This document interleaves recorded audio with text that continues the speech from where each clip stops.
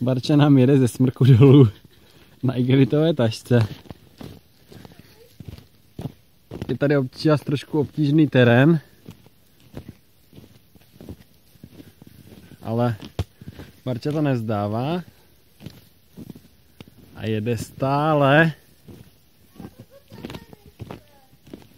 Ano, jsou tam kameny, přesně tak.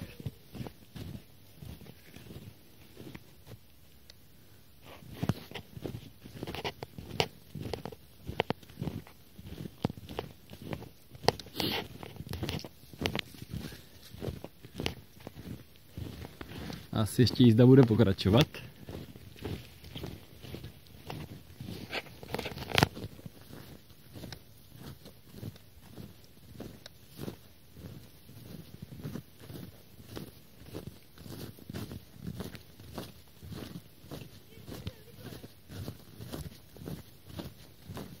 Tak jdem tady. Ano, tady jde krásně vidět zapadající beskydské sluníčko.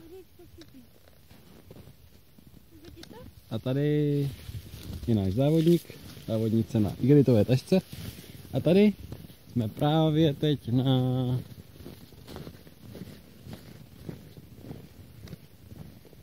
nad Holubčankou od 70 metrů.